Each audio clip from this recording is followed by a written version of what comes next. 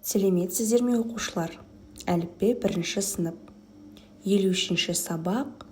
Бүгінгі біздің өтетін тақырыбымыз К дыбысы мен әріпі. Ендеше оқулықта 53-ші сабақта берілген бетті ашып отырамыз. Осы сабақта берілген барлық тапсырмалармен бүгін жұмыс жасайтын боламыз. Ең алдымен жұмбақты шешейік. Таңды қарсы алады, жылумен бірге келеді. Қара бұлт келсе байқалмайды, бізге жарық береді. Ал балалар, бұл бізде жұмбақтың жауабы не екен балалар? Ал бірге табайық. Иә, өте дұрыс, жұмбақтың жауабы күн екен. Балалар, жұмбақтың жауабы қай әріптен басталады? Өте дұрыс, К әріпінен басталады. Бүгінгі біздің өтетін әріпіміз дауыссыз дыбыс К әріпі. Яғни бұл қандай дыбыс екен? Дауыссыз дыбыс, я? Бұл бізде дауыссыз дыбыс. Себебі бұл дыбысты айтқанда өкпеден шыққан ауа ауыз қуысында түрлі кедергіге ұшырап, ауа қысылып шығады екен. Балалар, бізде К әріпі дауыссыз дыбыс. Сол себепті ол көк түспен белгіленген. К әріпін асықтардан жасап көрсетеді.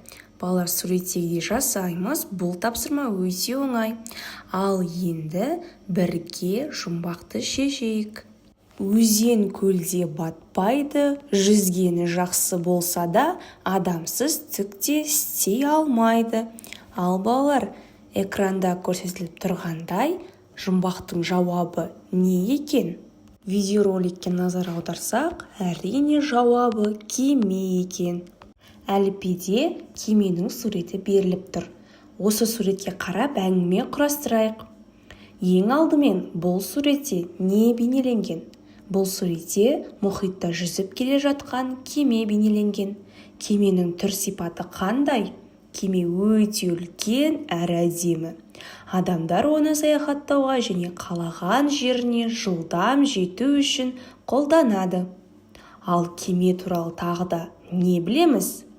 Ары қарай өзіміз шағын әңгіме құрастырайық. Ал енді кеме туралы не білеміз? Кеме мұхитта немесе теңізде немесе су астында жүзе алатын, жүк немесе жолаушылар тасуға және басқа да істерге арналған су көлігі. Алғашқы кезде суда жүзу үшін адамдар ағаш діңінен салды. Кейіннен ағаш діңінен ойылып жасалған қайықтарды пайдаланған екен. Ал енді балалар, әліппеде бізде кеме мәтініне назар аударайық.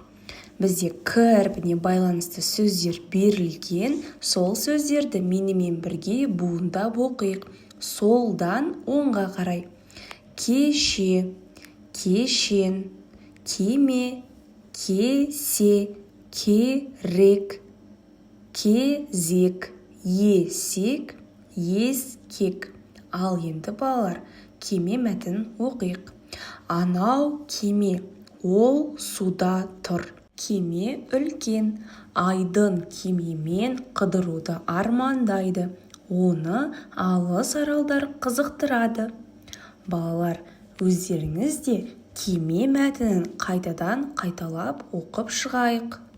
Олай болса балалар, сөздік қорымызды дамыту мақсатында К әріпінен басталатын сөздерді айтып шығайық.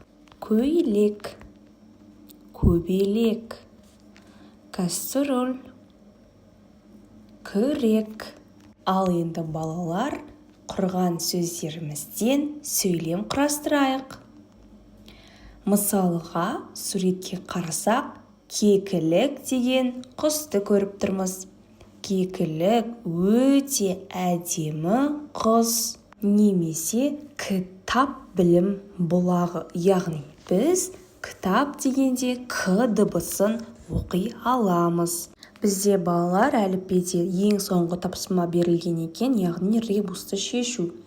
Яғни кесе және өрік беріліп тұр. Кесенің соңғы екі әріпін, өріктің бірінші әріпін алып тастап үш әріпті қосамыз. Сол кезде балалар бізде жауабы керік. Я, балалар, дұрыс айтасыңдар. Жауабы бізде керік. Осы керік сөзіне сөйлем құрастырайық. Керік өте биік жануар. Ал балалар, бізде бүгінгі сабағымыз аяқталды. Мен құрастырған тапсырмаларға сәйкес сендер де тапсырмаларды орындап дәптерімізге жазып аламыз. Ал ендеше сабағымыз аяқталды. Сау болыңдар.